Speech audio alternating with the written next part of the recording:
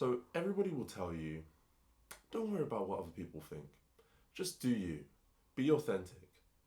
Worry about what you think of yourself. Don't worry about what that guy thinks or what she thinks or what your parents think. And for the longest time, I've thought, why does everybody tell you that? What is so bad about caring about what other people think that makes it so undesirable? That makes it something that you would never tell somebody to do? Well, about a year ago, I had a lecture on this very topic, and I've been trying to figure out how to put it into writing, a video, a podcast for that much time, because it essentially outlines why we should do things and only worry about what we think. And I know I made a video in the past called The Dilemma of Authenticity, which kind of outlined how when you're trying to pursue things that are true to you, sometimes you can be a bit selfish.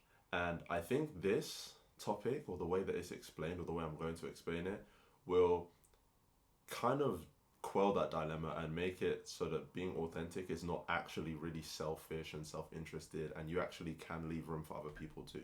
And the topic is called bad faith. And at first glance, that kind of makes no sense. Like, how does bad faith have anything to do with not worrying about what other people think? But soon you'll understand, and it took me a while to understand. I mean, this was a 2-hour lecture, and by the end, it still didn't make sense to me. So I'm going to try my best to help you understand in about 10 minutes or so.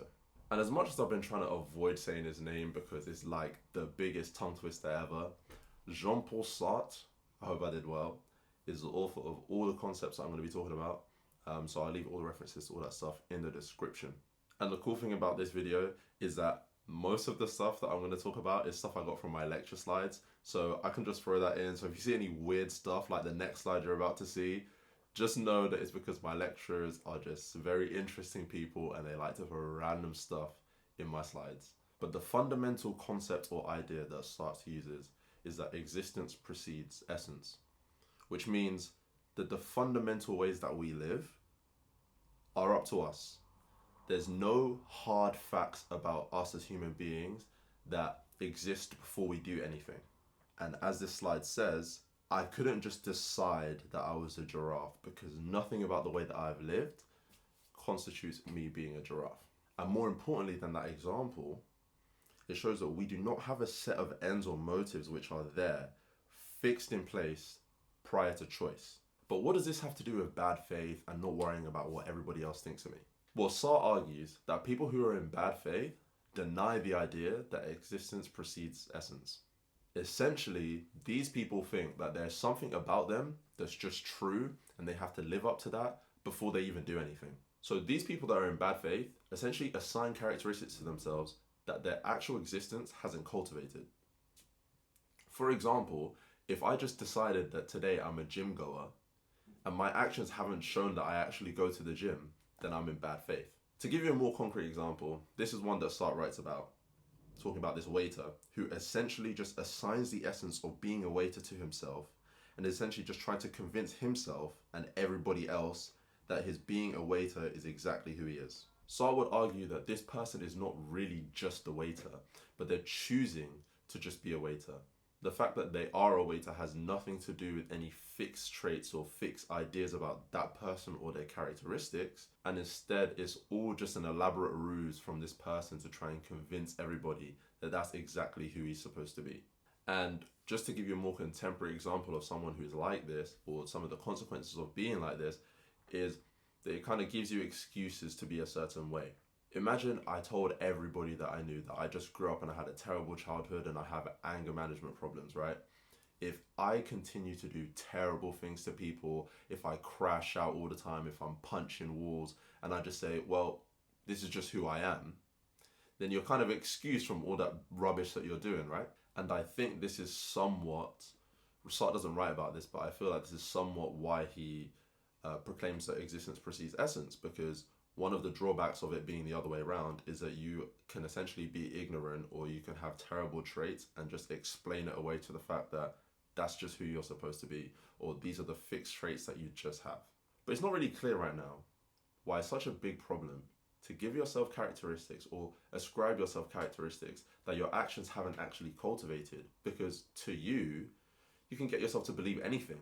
If I say that I'm a gym goer and I've never been to the gym before, or I've gone to the gym once or twice before in my life, I can somewhat create an idea of myself in my own head, and therefore it doesn't seem like it's that big of a problem.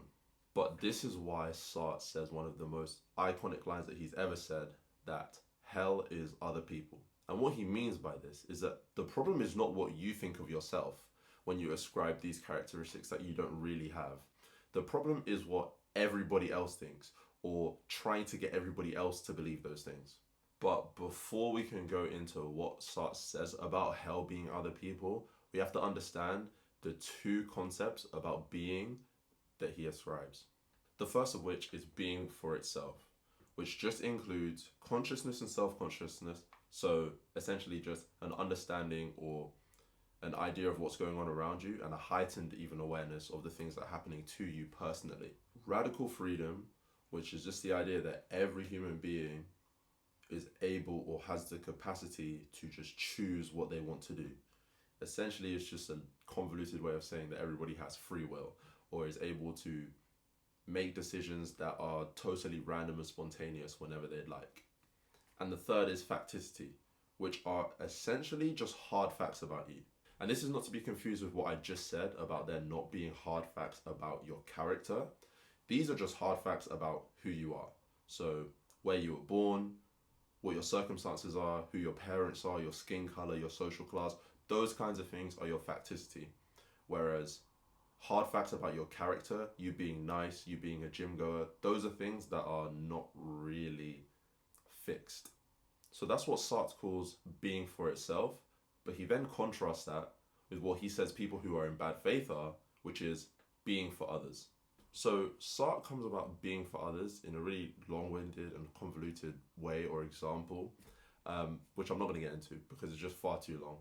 But essentially, it is being for itself, but with the added structure of understanding what it's like to be seen by others. So being for itself is just having an awareness of the things around you, having consciousness of that, and then a heightened awareness of your own self-conscious, right? Along with the facticity and radical freedom.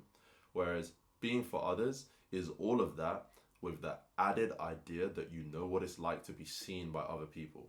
So when I'm being for myself and I say that I'm a gym goer, right? That is something that I'm radically free to choose as part of my facticity, or it's possible as part of my facticity. And it's something that I'm just aware of, or I have consciousness of where the gym is, and I have heightened self-conscious of the fact that I maybe go to the gym, right? But being for others is all of that, and then the idea that other people are observing you as a gym goer. And this is where Sartre sees bad faith as an impossible task. So when I'm being for myself, I have no problems, right? Because all I have to do is convince myself that I'm a gym goer. And that's very easy. As I said earlier, it's very easy to convince yourself of things that are maybe even not things that you're doing. But the problem now is that when you're in bad faith, you're being for others. So you're now worried about what everybody else thinks about you. So if I say I'm a gym goer, I not only have to convince myself of that, but I have to convince everybody else as well, because I'm now conscious that everybody else can see me. Now, the example that Sartre uses in his play is this guy called Garcin, who tells everybody that he's tough and macho, and he's in bad faith about this because he's just ascribed these traits to himself, right? His life or his actions didn't cultivate those traits. He essentially just gave them to himself. Sartre claims that Garcin domestically abused his wife, which he explains as just part of him being macho. And he was killed fleeing a war zone and is tormented by it because he tells himself that it was all just pacifism, when really it was probably more cowardice. And just so that you guys are not confused, this play is like set in purgatory or hell. So it's like after all the characters have died, they're now in this place, which explains how one of the characters could have died already. Now, the problem Garcin has is that he can't have good relationships with anybody because he spends all of his time trying to convince people that he's something that he actually isn't. And as we could take from this slide here, if you do have a fixed nature, then that nature will be apparent to other people, such that in order to fulfill the project of your bad faith, everybody else has to agree with you about what your nature is. If people didn't agree, it would cast doubt onto your belief that you have these fixed traits and thus ruin the fulfillment of your project of bad faith. Now, to remove all the philosophical jargon from that, essentially, If you're going to go out of your way to tell everybody that you're a gym goer and you believe that that's a fixed trait about yourself, or you believe that that's something that's just part of who you are, you need everybody else to believe you, right? If it's a fixed trait of yours, nothing that you can change about it, then you need everybody else to believe that. Otherwise, you wouldn't go out and proclaim that. Like, even to hark back to the earlier example, the waiter who goes around walking as if he's a waiter, doing things, going out of his way to do waiter-like things, wouldn't do that unless he truly believed that those were fixed traits about himself. And if he truly believes those are fixed traits about himself, then other people need to also believe that that's why he's doing that. If I go out and say to everybody that I'm a nice person and I'm going out of my way to do nice things for people because I want them to think that I'm a nice person, if people don't think I'm a nice person, then I have a problem. Because the entire reason that I'm doing all of these nice things, going out of my way to do these things, is because I believe that that's a fixed trait of mine. If someone says, oh no, you're not really that good of a person, then I have a problem, because now I'm wasting all of my time doing these nice things and people don't even think that that's who I am. Well, this is the crux of the problem, right? Well, this is the reason why people will tell you, don't worry about what other people think, is because not everybody else is like that. A lot of people would be, as Sartre says, being for themselves, right? They're only worried about themselves, they're conscious, they're self-conscious, the things that they can control, the essence that comes after their existence, right? They are thinking, well, if I do a bunch of good things, then that makes me a good person. Not, hey, I have these fixed traits that make me who I am. And if other people think like that, then you trying to convince other people who you are will not work, because that's not how they work. So if you're being for others in bad faith, your relationships with other people become problematic. You need them to confirm to you that you have that fixed nature. You need them to confirm that, oh yeah, you are a gym goer. Oh yeah, you are a nice person. Or in Garcine's case, that he's tough and macho. But with people that are being for themselves, you have the risk that they're just not going to agree with you. They don't have any fixed traits about themselves. They have radical freedom. And if they have radical freedom, they might just disagree with you about the fact that you're tough, about the fact that you're nice, about the fact that you're a gym person. So this is why Sartre says that hell is other people. It's nothing to do with you. You can convince yourself of absolutely anything. But if people are for themselves, which largely they will be, there's no point in you trying to convince them of something that they might just disagree with you on, because they have the radical freedom to just choose not to agree with you. So that's exactly why people will say, don't worry about what everybody else thinks, because there is no world in which you can confirm or you can guarantee that everybody's going to agree with you on the type of person that you think you are. If you go out of your way to do everything nice for every single person that you see, there's still a chance that somebody will be like, you're still not really that good of a person, or I know nicer people than you, or your type of nice is not what I think is nice. And as much as people who tell you that might not know that they're harking back to this kind of argument that was made like 60 years ago, this is exactly what they're saying, right? Is that there's no reason for you to try and worry about the things that you can't control. You've got absolutely no control over whether somebody thinks you are what you say you are.